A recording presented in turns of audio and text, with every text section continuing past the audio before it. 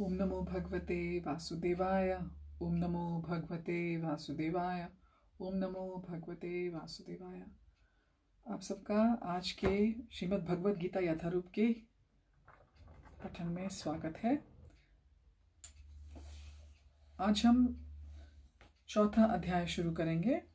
दिव्य ज्ञान मुखम करोति वाचालं पंगुं लंघयते गिरिं यत्कृपातमहं वन्दे श्रीगुरुदेवतारिणं परमानन्दमाधवं श्रीचैतन्येश्वरं।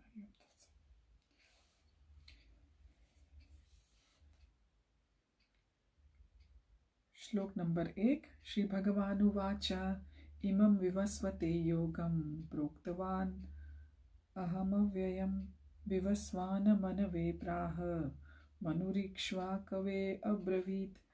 भगवान श्री कृष्ण ने कहा, मैंने इस अमर योग विद्या का उपदेश सूर्यदेव विवस्वान को दिया और विवस्वान ने मनुष्यों के पिता मनु को उपदेश दिया और मनु ने इसका उपदेश इक्ष्वाकु को दिया। तात्पर्य, यहाँ पर हमें भगवद गीता का इतिहास प्राप्त होता है। यह प्राचीन काल बताया गया है जब इसे सूर्यलोक इत्यादि संपूर्ण लोकों के राजा को प्रदान किया गया था। समस्त लोकों के राजा विशेष रूप से निवासियों की रक्षा के निमित्त होते हैं। अतः राजन्य वर्ग को भगवद गीता की विद्या को समझना चाहिए, जिससे वे नागरिकों पर शासन कर सकें और उन्हें काम रूपी भवबंधन से बचा सकें। मानव जीवन का उद्देश्य भगवान के साथ अपने शाश्वत संबंध के आध्यात्मिक ज्ञान का विकास है और सारे राज्यों और समस्त लोगों के शासन अध्यक्षों को चाहिए कि शिक्षा, संस्कृति और भक्ति द्वारा नागरिकों को यह पढ़ाएं। दूसरे शब्दों में, सारे राज्य के शासनाध्यक्ष कृष्ण भावनामृत विद्या का प्रचार करने के लिए होते हैं, जिससे जनता इस महाविद्या का लाभ उठा सके और मनुष्य जीवन के अवसर का लाभ उठाते हुए सफल मार्ग का अनुसरण कर सके। इस मनवंतर में सूर्यदेव विवस्वान कहलाता है, यानी सूर्य का राजा, जो सौर मंडल के अंतर्गत समस्त ग्रहों लोकों का उद्गम है। ब्रह्म संहिता में 5.52 में कहा गया है, यक्षुचरेश सविता सकला ग्रहाणाम राजा समस्त सुरमूर्तिर शेष तेजा यस्याज्ञा भ्रमति संभृत काल चक्रो गोविंदमादिपुरुषम तमहम भजामि।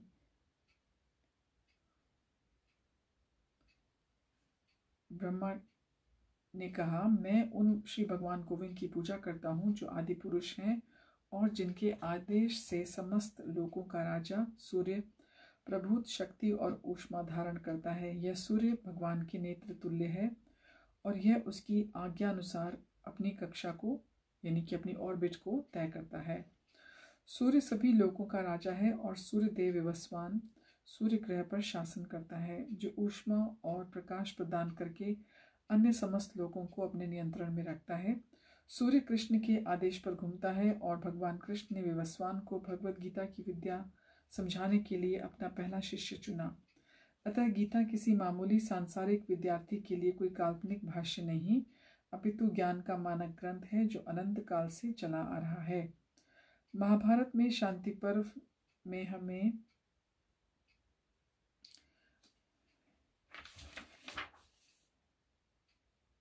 (349.51 से 52 तक हमें गीता का इतिहास इस रूप में प्राप्त होता है। त्रेता युगादौ च ततो विवस्वान् मनवे ददौ मनुश्च लोकभृत्यर्थं सुतायेक्ष्वाकवे ददौ इक्ष्वाकुणा च कथितो व्याप्य लोकान् वस्थितः। त्रेता युग के आदि में विवस्वान ने परमेश्वर संबंधी इस विज्ञान का उपदेश मनु को दिया और मनुष्य के जनक मनु ने इसे अपने पुत्र इक्ष्वाकु को दिया।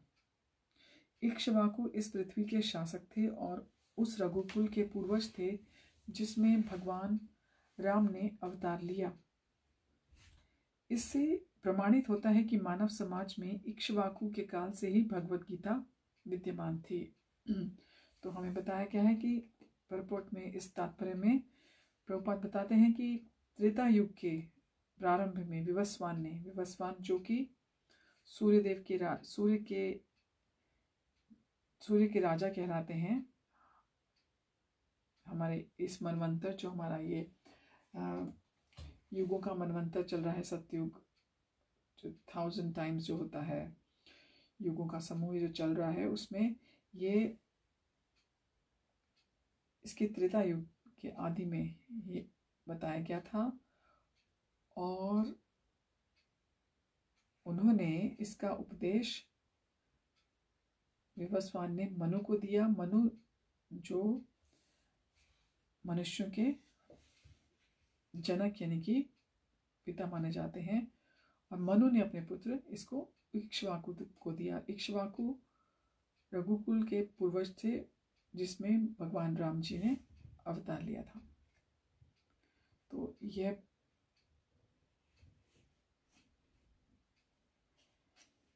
यह प्रमाणित हो गया है कि मानव समाज में महाराज इक्ष्वाकु के काल से ही भगवत गीता विद्यमान रही है। इस समय कलयुग के केवल 5000 वर्ष व्यतीत हुए हैं, जबकि इसकी पूर्ण आयु 4,32,000 वर्ष है। इसके पूर्व द्वापर 9 लाख वर्ष था और इसके भी पूर्व त्रेता युग 12 लाख वर्ष था। इस प्रकार लगभग 20,05,000 वर्ष पूर्व मनु ने अपने शिष्य और पुत्र इक्ष्वाकु से, जो इस पृथ्वी के राजा थे, श्रीमद् भगवत गीता कही। वर्तमान मनु की आयु लगभग कितनी कहेंगे इसको, 30,53,000 वर्ष अनुमानित की जाती है, जिसमें से 12,04,000 वर्ष बीत चुके हैं। यह मानते हुए कि मनु के जन्म के पूर्व भगवान ने अपने शिष्य सूर्यदेव विवस्वान को गीता सुनाई, मोटा अनुमान यह है कि गीता कम से कम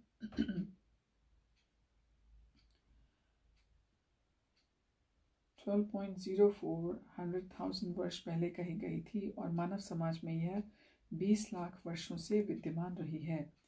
इसे भगवान ने लगभग 5000 वर्ष पूर्व अर्जुन से पुनः कहा, यानी कि दोबारा कहा। गीता के अनुसार ही तथा इसके वक्ता भगवान कृष्ण के कथन के अनुसार यह गीता के इतिहास का मोटा अनुमान है। सूर्यदेव विवस्वान को इसलिए गीता सुनाई क्योंकि वह क्षत्रिय था और उन समस्त क्षत्रियों का जनक है जो सूर्यवंशी हैं। चूंकि भगवत गीता वेदों के ही समान है, क्योंकि इसे श्री भगवान ने कहा था, अतः यह ज्ञान अपौरुषेय है। चूंकि वैदिक आदेशों को यथारूप में बिना किसी मानवीय विवेचना के स्वीकार किया जाता है, फलतः गीता को भी किसी सांसारिक विवेचना के बिना स्वीकार किया जाना चाहिए। संसारी तार्किक जन अपनी अपनी विधि से गीता के विषय में चिंतन कर सकते हैं, किंतु यह यथारूप भगवत गीता नहीं है। अतः भगवत गीता को गुरु परंपरा से यथारूप में ग्रहण करना चाहिए। यहाँ पर यह वर्णन हुआ है कि भगवान ने इसे सूर्यदेव से कहा, सूर्यदेव ने अपने पुत्र मनु से और मनु ने अपने पुत्र इक्ष्वाकु से कहा। श्लोक नंबर 2। एवं परंपरा प्राप्तम इमं राजर्षयो विदुः सकालिनेह महता योगो नष्टः परंतप। इस प्रकार यह परम विज्ञान गुरु परंपरा द्वारा प्राप्त किया गया और राजर्षियों ने इसी विधि से इसे समझा, किंतु कालक्रम में यह परंपरा छिन्न हो गई, अतः यह विज्ञान यथारूप में लुप्त हो गया लगता है। तात्पर्य, यहाँ स्पष्ट कहा गया है कि गीता विशेष रूप से राजर्षियों के लिए थी, क्योंकि वे इसका उपयोग प्रजा के ऊपर शासन करने में करते थे। निश्चय ही भगवत गीता कभी भी आसुरी पुरुषों के लिए नहीं थी, जिनसे किसी को भी इसका लाभ न मिलता और जो अपनी सनक के अनुसार, यानी कि अपनी एक्सेंट्रिसिटी के अनुसार विभिन्न प्रकार की विवेचना करते। अतः जैसे ही असाधु भाष्यकारों के निहित स्वार्थों से गीता का मूल उद्देश्य उच्छिन्न हुआ, वैसे ही पुनः गुरु परंपरा स्थापित करने की आवश्यकता प्रतीत हुई। 5000 वर्ष पूर्व भगवान ने स्वयं देखा कि गुरु परंपरा टूट चुकी है, अतः उन्होंने घोषित किया कि गीता का उद्देश्य नष्ट हो चुका है। इसी प्रकार इस समय गीता के इतने संस्करण उपलब्ध हैं, विशेषतः इंग्लिश में, कि उनमें से प्रायः सभी प्रामाणिक गुरु परंपरा के अनुसार नहीं है। विभिन्न संसारी विद्वानों ने गीता की असंख्य टीकाएं की हैं, किंतु वे प्रायः सभी भगवान कृष्ण को स्वीकार नहीं करते। यद्यपि वे कृष्ण के नाम पर अच्छा व्यापार चलाते हैं। यह आसुरी प्रवृत्ति है, क्योंकि असुरगण ईश्वर में विश्वास नहीं करते, वे केवल परमेश्वर के गुणों का लाभ उठाते हैं। अतएव अंग्रेजी में गीता के एक संस्करण की नितांत आवश्यकता थी, जो गुरु परंपरा से प्राप्त हो। प्रस्तुत प्रयास इसी आवश्यकता की पूर्ति के उद्देश्य से किया गया है। भगवत गीता यथारूप मानवता के लिए महान वरदान है, किंतु यदि इसे मानसिक चिंतन समझा जाए तो यह समय का अपव्यय होगा। श्लोक नंबर 3। स एवायं मया तेद्य योगः प्रोक्तः पुरातनः भक्तो असि मे सखा चेति रहस्यम ये तदुत्तमम्। आज मेरे द्वारा वही यह प्राचीन योग यानी परमेश्वर के साथ अपने संबंध का विज्ञान तुमसे कहा जा रहा है, क्योंकि तुम मेरे भक्त और मित्र हो, अतः तुम इस विज्ञान के दिव्य रहस्य को समझ सकते हो। तात्पर्य, मनुष्यों की दो श्रेणियां हैं, भक्त और असुर। भगवान ने अर्जुन को इस विद्या का पात्र इसलिए चुना क्योंकि वह उनका भक्त था, किंतु असुर के लिए इस परम गुह्य विद्या को समझ पाना असंभव नहीं है। इस परम ज्ञान ग्रंथ के अनेक संस्करण यानी कि एडिशंस उपलब्ध हैं। इनमें से कुछ भक्तों की टीकाएं हैं और कुछ असुरों की। जो टीकाएं भक्तों द्वारा की गई हैं वे वास्तविक हैं, किंतु जो असुरों द्वारा की गई हैं वे व्यर्थ हैं। भगवान श्री कृष्ण को भगवान के रूप में मानता है, अतः जो गीता भाष्य अर्जुन के पद चिन्हों का अनुसरण करते हुए किया गया है वह इस परम विद्या के पक्ष में वास्तविक सेवा है। किंतु असुर भगवान कृष्ण को रूप में नहीं मानते हैं। वे कृष्ण के विषय में तरह तरह की मनगढ़ंत बातें करते हैं और कृष्ण के उपदेश मार्ग से सामान्य जनता को गुमराह करते रहते हैं। ऐसे कुमार्गों से बचने के लिए यह एक चेतावनी है। मनुष्य को चाहिए कि अर्जुन की परंपरा का अनुसरण करे और श्रीमद् भगवद गीता के इस परम विज्ञान से लाभान्वित हो। श्लोक नंबर 4। अर्जुन वाचा अपरम भवतो जन्म परमं जन्म विवस्वतः कथमेतत् द्विजानीयां त्वमादौ प्रोक्तवानिति। अर्जुन ने कहा, सूर्यदेव विवस्वान आपसे पहले हो चुके ज्येष्ठ हैं, तो फिर मैं कैसे समझूं कि प्रारंभ में भी आपने उन्हें इस विद्या का उपदेश दिया था। तात्पर्य, जब अर्जुन भगवान का माना हुआ भक्त है तो फिर कृष्ण के वचनों पर विश्वास क्यों नहीं हो रहा था। तथ्य यह है कि अर्जुन यह जिज्ञासा अपने लिए स्वीकार नहीं कर रहा है, अपितु यह जिज्ञासा उन सबों के लिए है जो भगवान में विश्वास नहीं करते, अथवा उन असुरों के लिए है जिन्हें यह विचार पसंद नहीं है कि भगवान कृष्ण को भगवान माना जाए। उन्हीं के लिए अर्जुन यह बात इस तरह पूछ रहा है मानो वह स्वयं भगवान या कृष्ण से अवगत न हो। जैसा कि 10वें अध्याय में स्पष्ट हो जाएगा, अर्जुन भली भांति जानता था कि कृष्ण श्री भगवान हैं और वे प्रत्येक वस्तु के मूल स्रोत हैं यानी कि सोर्स हैं तथा ब्रह्म की चरम सीमा है। निस्संदेह कृष्ण इस पृथ्वी पर देवकी के पुत्र के रूप में अवतीर्ण हुए। सामान्य व्यक्ति के लिए यह समझ पाना अत्यंत कठिन है कि कृष्ण किस प्रकार उसी शाश्वत आदि पुरुष श्री भगवान के रूप में बने रहे। अतः इस बात को स्पष्ट करने के लिए अर्जुन ने श्री भगवान कृष्ण से यह पूछा जिससे वे ही प्रामाणिक रूप में बताएं। कृष्ण परम प्रमाण है। यह तथ्य आज ही नहीं अनंत काल से सारे विश्व द्वारा स्वीकार किया जाता है, किंतु असुर ही इसे अस्वीकार करते हैं। जो भी हो, चूंकि कृष्ण सर्व स्वीकृत परम प्रमाण है, अतः अर्जुन उन्हीं से प्रश्न करता है जिससे कृष्ण स्वयं बताएं और असुर तथा उनके अनुयायी जिस भांति अपने लिए तोड़ मरोड़ कर उसे प्रस्तुत करते रहे हैं उससे बचा जा सके।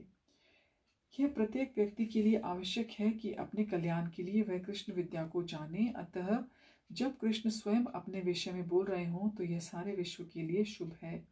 कृष्ण द्वारा की गई ऐसी व्याख्याएं असुरों को भले ही विचित्र लगें, क्योंकि वे अपने ही दृष्टिकोण से कृष्ण का अध्ययन करते हैं, किंतु जो भक्त हैं वे साक्षात कृष्ण द्वारा उच्चारित वचनों का हृदय से स्वागत करते हैं। भक्तगण कृष्ण के ऐसे प्रामाणिक वचनों को सदा पूजा करेंगे, क्योंकि वे लोग उनके विषय में अधिकाधिक जानने के लिए उत्सुक रहते हैं। इस तरह नास्तिक गण जो कृष्ण को सामान्य व्यक्ति समझते हैं वे भी कृष्ण को अति मानव सच्चिदानंद विग्रह दिव्य त्रिगुणातीत और दिक्काल के प्रभाव से परे समझ सकेंगे। अर्जुन की कोटि के श्री कृष्ण भक्त को कभी भी श्री कृष्ण के दिव्य स्वरूप के विषय में कोई भ्रम नहीं हो सकता। अर्जुन द्वारा भगवान के समक्ष ऐसा प्रश्न उपस्थित करने का उद्देश्य उन व्यक्तियों की नास्तिकवादी प्रवृत्ति को चुनौती देना था जो कृष्ण को भौतिक प्रकृति के गुणों के अधीन एक सामान्य व्यक्ति मानते हैं। श्लोक नंबर 5। बहुनी में व्यतीतानि जन्मानि तव अर्चार्जुन तान्यहं वेद सर्वाणि न त्वं वेत्थ परंतप। भगवान ने कहा, तुम्हारे तथा मेरे अनेकानक जन्म हो चुके हैं, मुझे तो उन सब का स्मरण है, किंतु हे परंतप यानी कि अर्जुन, तुम्हें उनका स्मरण नहीं रह सकता। तात्पर्य, ब्रह्म संहिता में 5.33 में हमें भगवान के अनेकानेक अवतारों की सूचना प्राप्त होती है। उसमें कहा गया है, अद्वैतम अच्युत मनादिमन अनंत रूप माध्यम पुराण पुरुषम नव यौवनम च वेदेषु दुर्लभ मातम भक्तौ गोविंदमादि पुरुषम तमहम भजामि। मैं उन आदि पुरुष श्री भगवान गोविंद की पूजा करता हूँ जो अद्वैत अच्युत और अनादि हैं।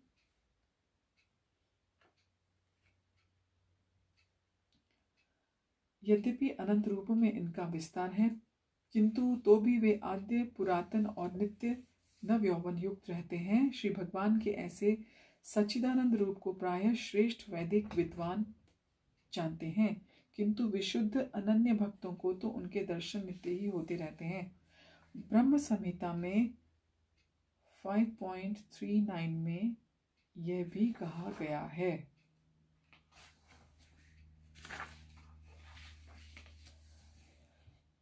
रामादि मूर्तिषु कला नियमेन तिष्ठन् नानवतारम करोद भुवनेषु किंतु कृष्णः स्वयं संभवत परमः पुमान यो गोविंदमादि पुरुषम तमहम भजामि।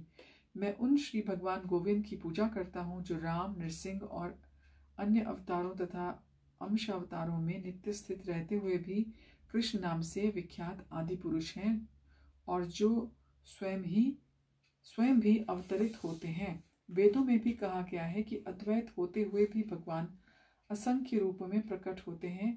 वे उस वैदुर्य मणि के समान हैं जो अपना रंग परिवर्तित करते हुए भी एक ही रहता है।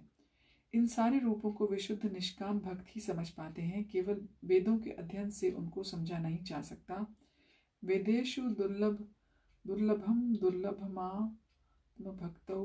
अर्जुन जैसे भक्त कृष्ण के नित्य सखा हैं और जब भी भगवान अवतरित होते हैं तो उनके पार्षद भक्त भी विभिन्न रूपों में उनकी सेवा करने के लिए उनके साथ साथ अवतार लेते हैं।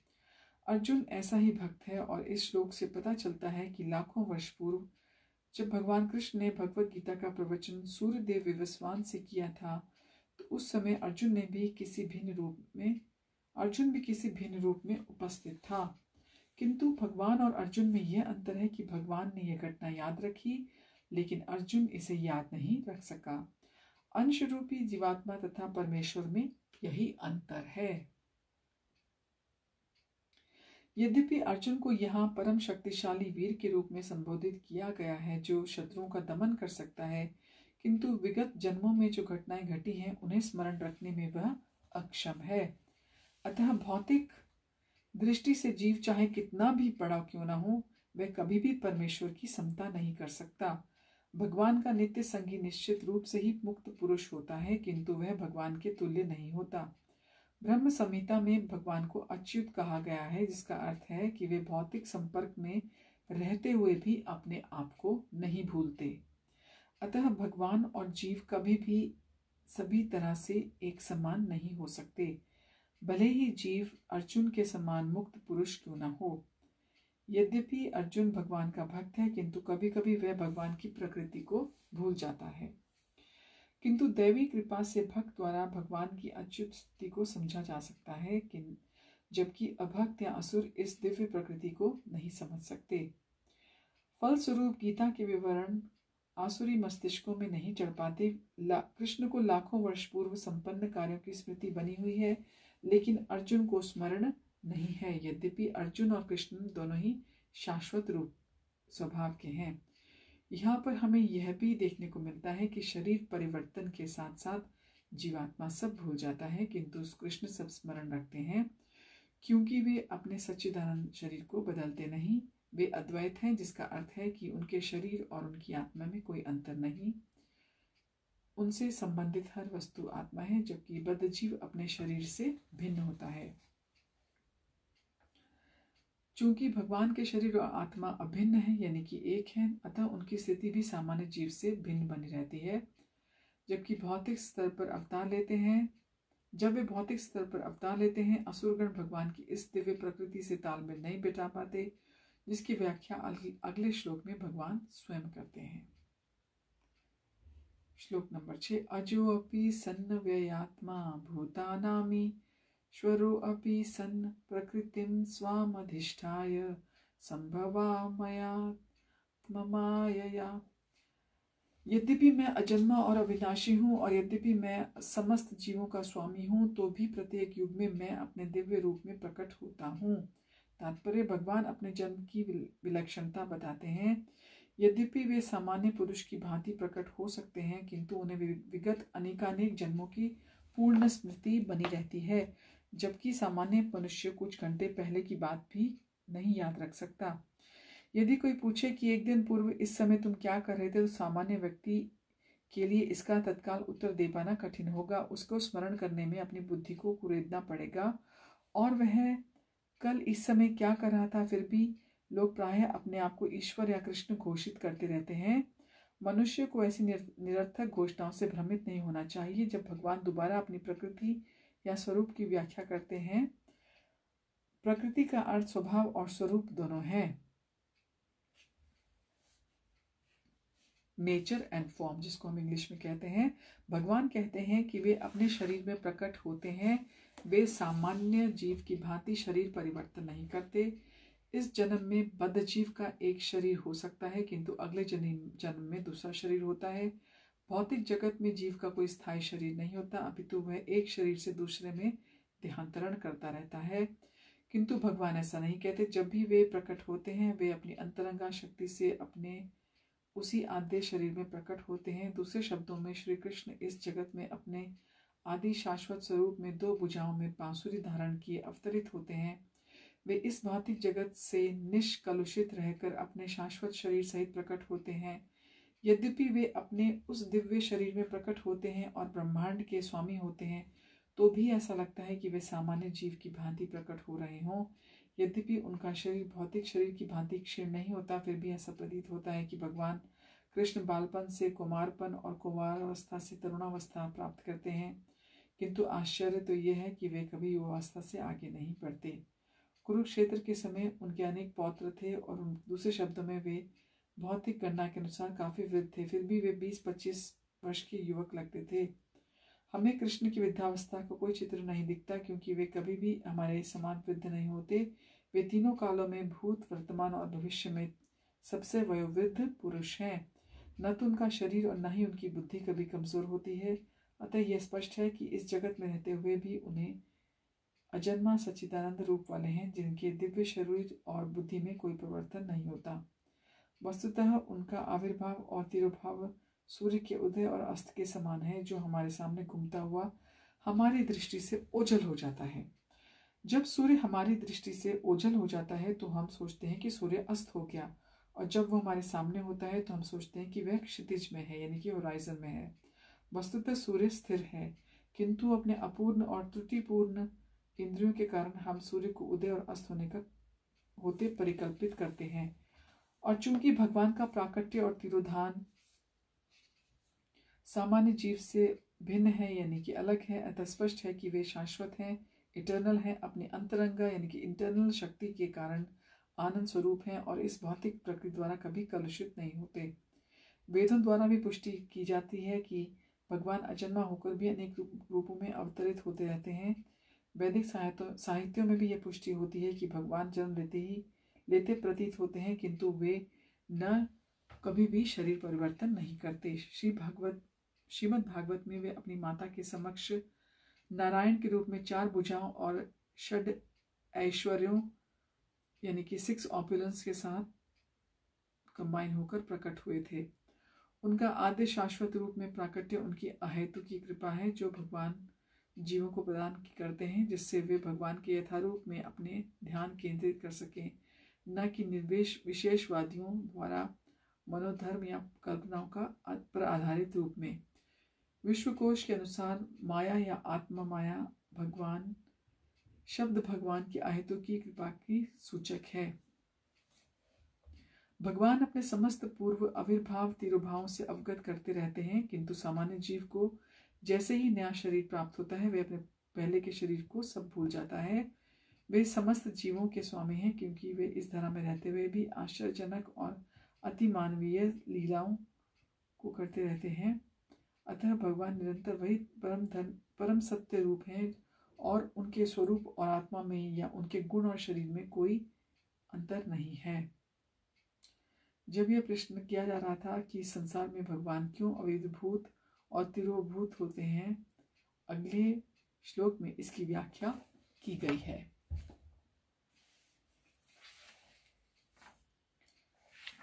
तो अब हम अपनी रीडिंग श्लोक 7 से पुनः प्रारंभ करेंगे। हरि ओम तत्सत।